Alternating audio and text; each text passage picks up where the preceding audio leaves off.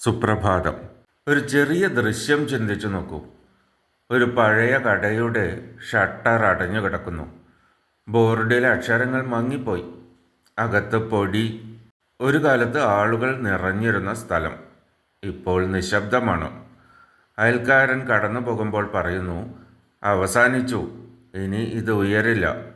പക്ഷേ ചില മാസങ്ങൾക്കു ശേഷം അതേ സ്ഥലത്ത് വീണ്ടും വെളിച്ചം തെളിയുന്നു. പുതിയ ബോർഡ്, പുതിയ ക്രമീകരണം, പുതിയ രീതിയിലുള്ള ബിസിനസ്. ആളുകൾ പറയുന്നു, ഇത് പഴയ കടയാണോ? അല്ല, സ്ഥലം പഴയതു തന്നെ, പക്ഷേ രൂപം മാറി. ജീവിതത്തിലെ വലിയ തിരിച്ചുവരവുകളും ഇതുപോലെയാണ്. പലരും ജീവിതം നൽകുന്ന തിരിച്ചടികൾ കഴിഞ്ഞ് ഒരു തെറ്റ് ചെയ്യുന്നു. അവർ പഴയ ജീവിതം തിരികെ ലഭിക്കാനാണ് ശ്രമിക്കുന്നത്. പക്ഷെ ചിലപ്പോൾ ജീവിതം നമ്മോട് പറയുന്നത് മറ്റൊന്നാണ്. നീ പഴയ ആളായി മടങ്ങേണ്ടതില്ല, പകരം പുതിയ ആളായി വളരാം. ഒരു യുവ ക്രിക്കറ്റ് കളിക്കാരൻ്റെ കഥ കേട്ടിട്ടുണ്ട്. സംസ്ഥാന ടീമിൽ തിരഞ്ഞെടുക്കപ്പെടുമെന്ന് എല്ലാവരും കരുതിയിരുന്നു. അവസാന ഘട്ടത്തിൽ അവൻ പുറത്തായി. ആ ദിവസം അവൻ വീട്ടിൽ ചെന്നു, ബാറ്റ് ഒരു മൂലയിലേക്ക് എറിഞ്ഞു, ഫോൺ ഓഫ് ചെയ്തു, സുഹൃത്തുക്കളെ ഒഴിവാക്കി. ആഴ്ചകൾക്ക് ശേഷം കോച്ച് അവനെ കാണാൻ വന്നു. കോച്ച് ഒരു ചോദ്യം മാത്രം ചോദിച്ചു, നിനക്ക് ക്രിക്കറ്റ് നഷ്ടമായോ അതോ തിരഞ്ഞെടുക്കപ്പെട്ട കളിക്കാരൻ എന്ന തിരിച്ചറിവാണോ നഷ്ടമായത്? ആ ചോദ്യം അവനെ നിശബ്ദനാക്കി.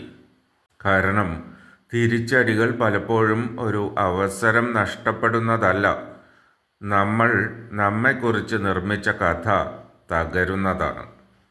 ഞാൻ വിജയിക്കുന്ന ആളാണ്, ഞാൻ ഒരിക്കലും പരാജയപ്പെടില്ല, എൻ്റെ ജീവിതം ഈ വഴിയിലായിരിക്കും. അപ്പോൾ ഒരു സംഭവം വരും.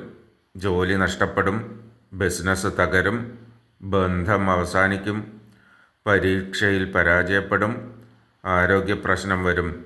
നമ്മൾ ചോദിക്കും, ഇനി ഞാൻ ആരാണ്? ഇതാണ് പുനർനിർമ്മാണം തുടങ്ങുന്ന സ്ഥലം. ഒരു ശലഭത്തെ നോക്കൂ. കൊക്കൂൺ പൊട്ടാതെ ശലഭം പുറത്തു വരില്ല. പുറത്തുനിന്ന് നോക്കുമ്പോൾ ആ കൊക്കൂൺ തകർന്നതുപോലെ തോന്നും. പക്ഷേ ആ തകർച്ച തന്നെയാണ് പുതിയ രൂപത്തിൻ്റെ പ്രവേശനവാതിൽ.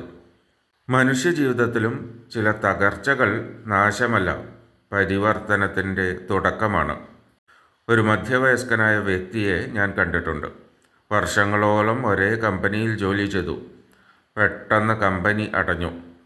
ആദ്യ മാസങ്ങളിൽ അവൻ എല്ലാവരോടും പറയുന്നത്, എൻ്റെ ജീവിതം അവസാനിച്ചു. പക്ഷെ ഒരു ദിവസം മകൻ പറഞ്ഞു, അച്ഛാ, നിങ്ങൾ വീട്ടിൽ വന്നതിന് ശേഷം ആദ്യമായി ഞങ്ങളോടൊപ്പം വൈകുന്നേരം നടക്കാൻ വരുന്നു. അവൻ ചിരിച്ചു. പിന്നെ ചിന്തിച്ചു, വർഷങ്ങളായി താൻ ജീവിച്ചത് ശമ്പളത്തിനായി മാത്രമായിരുന്നോ? അവന് പഴയ ജോലി തിരികെ കിട്ടിയില്ല, പക്ഷേ പുതിയൊരു വഴി കണ്ടെത്തി. ചെറിയ സംരംഭങ്ങൾ തുടങ്ങുന്ന യുവാക്കളെ പരിശീലിപ്പിക്കാൻ. വർഷങ്ങൾക്ക് ശേഷം അവൻ പറഞ്ഞു, എൻ്റെ ജോലി നഷ്ടപ്പെട്ടു, പക്ഷെ അതിലൂടെ ഞാൻ എന്നെ തന്നെ കണ്ടെത്തി. ഇതാണ് പുനർനിർമ്മാണത്തിൻ്റെ സാരം. തിരിച്ചുവരവ് എന്നത് പഴയ നിലയിലേക്ക് മടങ്ങലല്ല, പുതിയ അർത്ഥത്തോടെ മുന്നോട്ട് പോകലാണ്.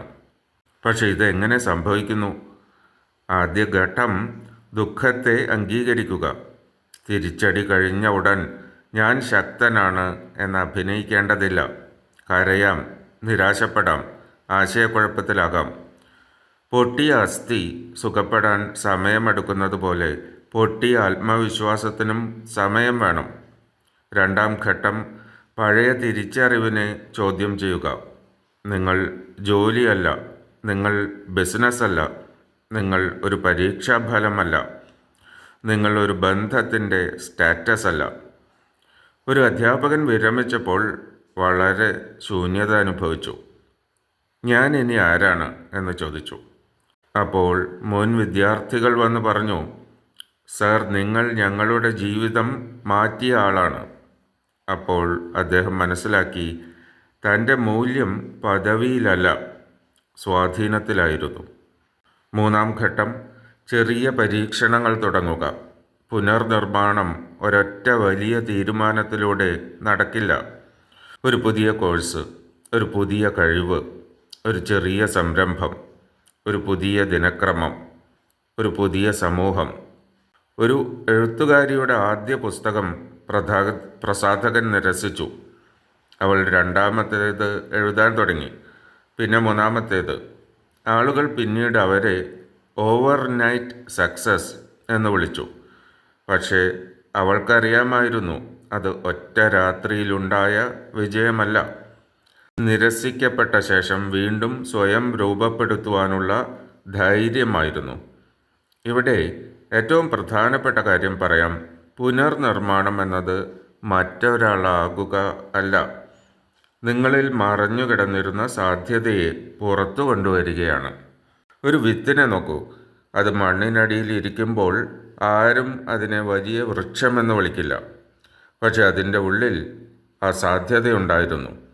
തിരിച്ചടി പലപ്പോഴും മണ്ണാണ്, ഇരുണ്ടത്, സമ്മർദ്ദമുള്ളത്, അസ്വസ്ഥമായത്. പക്ഷേ അതേ മണ്ണിലാണ് വളർച്ച തുടങ്ങുന്നത്. ഇനി ഇവിടെ ഇരിക്കുന്ന ആരെങ്കിലും ജീവിതത്തിൽ ഒരു തിരിച്ചടി അനുഭവിച്ചിരിക്കാം. ജോലി നഷ്ടപ്പെട്ടിരിക്കാം, ബിസിനസ് പ്രതീക്ഷിച്ചതുപോലെ പോയില്ലായിരിക്കാം, ഒരു ബന്ധം തകർന്നിരിക്കാം, ആരോഗ്യ പ്രശ്നം വന്നിരിക്കാം, അല്ലെങ്കിൽ കുറഞ്ഞ പക്ഷം ഞാൻ എവിടെയാണ് പോകുന്നത് എന്ന ആശയക്കുഴപ്പം ഉണ്ടായിരിക്കാം. ഞാൻ നിങ്ങളോട് ഒരു കാര്യം മാത്രം ചോദിക്കട്ടെ. നിങ്ങൾ നഷ്ടപ്പെട്ടത് മാത്രമേ കാണുന്നുള്ളൂ, അതോ നിങ്ങൾക്ക് ആകാൻ കഴിയുന്ന പുതിയ മനുഷ്യനെയും കാണുന്നുണ്ടോ?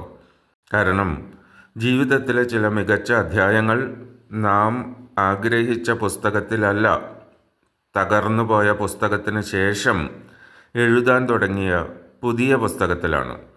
അവസാനമായി ഒരു ചിന്ത. ഒരു ശില്പി ഒരു കല്ലിനെ അടിക്കുമ്പോൾ ആദ്യത്തെ 99 അടികൾക്ക് വലിയ മാറ്റം കാണില്ല. 100ാമത്തെ അടിയിലാണ് കല്ല് പിളരുന്നത്. ആൾക്കാർ പറയും 100ാമത്തെ അടിയിലാണ് കല്ല് പൊട്ടിയത്. പക്ഷേ സത്യം എന്താണ്? ആദ്യത്തെ 99 അടികളും അതിൽ പങ്കുണ്ടായിരുന്നു. നിങ്ങളുടെ കണ്ണീർ, കാത്തിരിപ്പ്, ചെറിയ ശ്രമങ്ങൾ, ഇവ ഒന്നും വെറുതെയല്ല. അവയാണ് പുതിയ നിങ്ങളെ രൂപപ്പെടുത്തുന്ന അടികൾ.